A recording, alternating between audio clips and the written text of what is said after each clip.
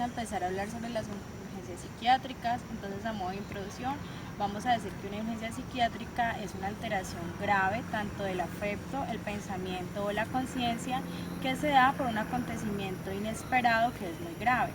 Se dice que el sujeto no es capaz de reaccionar exitosamente ante esto.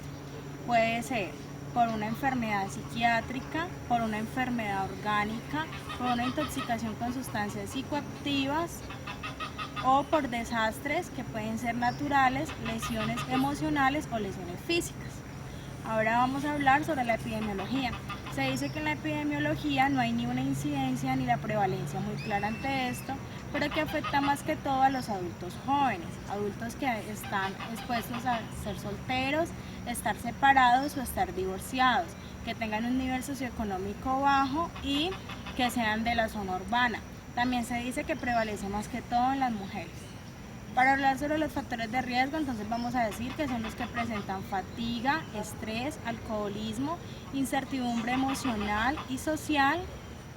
Y para hablar del diagnóstico, pues entonces vamos a decir que en un diagnóstico general hablaríamos de una emergencia psiquiátrica y en un diagnóstico diferencial hablaríamos de una crisis de angustia y de una crisis depresiva. La agitación psicomotriz se presenta en comportamientos agresivos y destructivos en una manera muy infrecuente en la sala de urgencias. Sin embargo, es probable que suceda en pacientes cuando se encuentran en un estado de descontrol y que no se ha detectado a tiempo en el triage.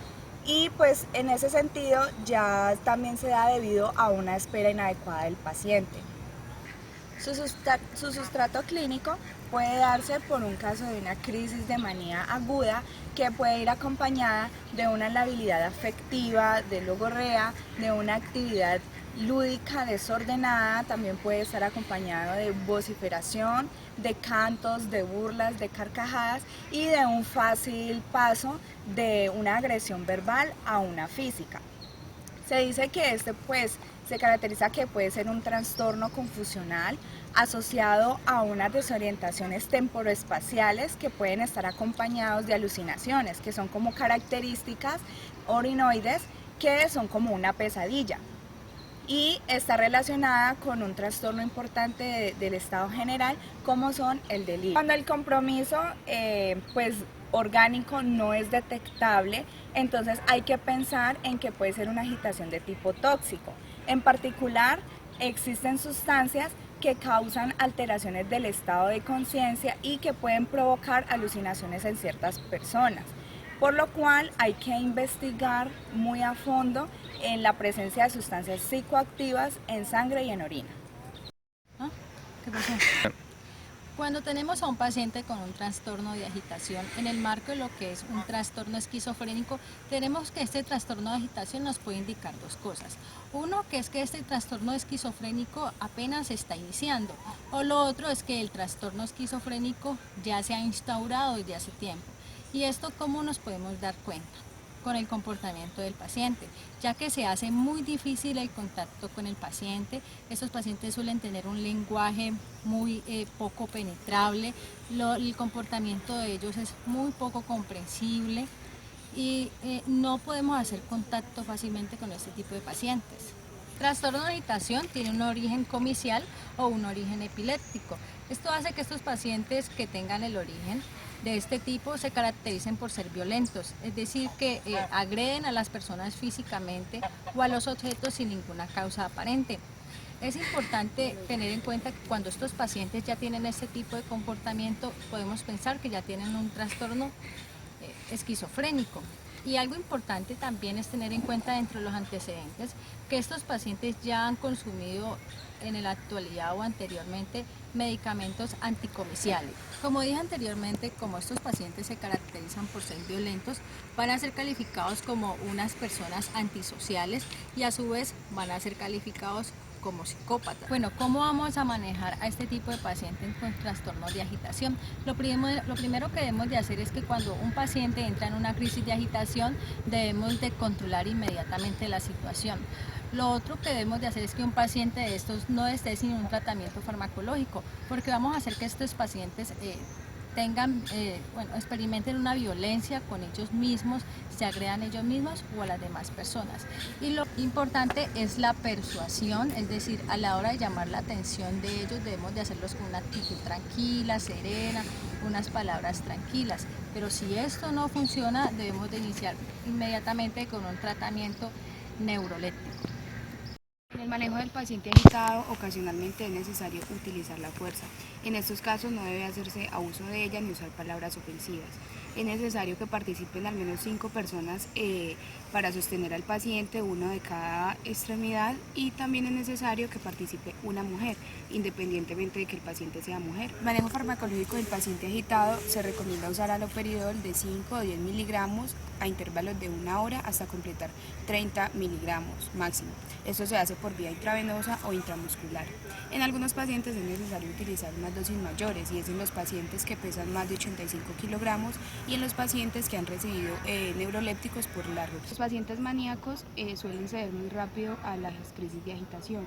Con la primera dosis de haloperidol en muchas ocasiones suele ser suficiente para esto. Y los pacientes con delirium necesitan dosis mucho más bajas de haloperidol, de 2. Las benzodiazepinas se usan en algunos casos de agitación, especialmente las que tienen vida media ultracorta, y son útiles en los pacientes en los que ya se han descartado patologías cerebrales, pero no tienen buen uso o no actúan bien en los pacientes alcohólicos. Bueno, crisis depresiva, el riesgo suicida y el suicidio. Pacientes con depresión van a tener unas manifestaciones agudas que son, va a tener inquietud, va a tener ansiedad motriz o agitación motriz, van a estar desesperados, desconsolados, van a tener culpabilidad, desesperanza, van a tener escasos gestos, van a tener gestos de extremada tristeza. Los pacientes también pueden manifestar la afirmación hacia cometer un acto suicida. Van a estar siempre muy inhibidos, muy apagados, muy tristes. En su aspecto físico va a denotar mucha tristeza. Importancia del criterio y la orientación clínica. Vamos a tener 2 tipos de pacientes, que va a ser el paciente que va a disminuir sus síntomas y el paciente que por el contrario es histérico. Entonces, estos pacientes, los pacientes que suelen tener trastornos graves de la personalidad son los que tienden más a ser pacientes suicidas. Al tratamiento encontramos que los antidepresivos no son pertinentes dados que tienen un efecto retardado. Cuando los índices de ansiedad son muy altos se recomienda utilizar diazepam de 5 a 10 miligramos. Otra medida no farmacológica que es importante dársela a los pacientes es que deben estar en lugares tranquilos y siempre en compañía de un adulto responsable. Ahora vamos a hablar de las crisis de angustia. Las crisis de angustia son el común denominador en estos cuadros. Sus manifestaciones clínicas incluyen el llanto, la desesperación, la hipotensión, el vómito, las urgencias fecales o las urgencias urinarias. Para el diagnóstico encontramos que las manifestaciones suelen ser muy variadas, sin embargo se pueden describir fácilmente las configuraciones ansiosas más importantes, como lo son la hiperexpresividad de afecto, la mímica patética y la confusión. Bueno, vamos a hablar principalmente de la crisis de ansiedad. Vamos a tener en cuenta que estos pacientes van a presentar una sintomatología de tipo parestesias en miembros distales, parestesias en cara y en lengua. Esto se debe a una hiperventilación que ellos presentan y principalmente por una alcalosis respiratoria. ¿Dice cuándo? Bueno, en el manejo terapéutico, ya como tratamiento, vamos a tener en cuenta que estos pacientes hay que brindarle de cierta manera confianza, hay que estar unidos con ellos para que los pacientes presenten una mejoría.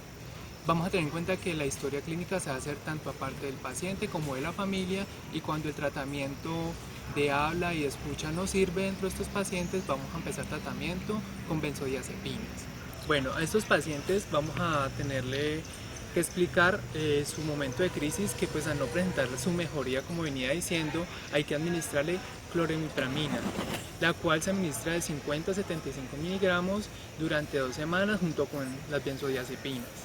Entonces vamos a tener las recomendaciones para nuestros pacientes. Principalmente vamos a Ten en cuenta que hay que brindarle esa confianza y hay que hacer el acompañamiento a toda su familia y al paciente para brindarle pues un buen alivio. Y en segunda instancia vamos a tener en cuenta que como personal de salud tenemos que tener el personal idóneo para poder tratar a nuestros pacientes.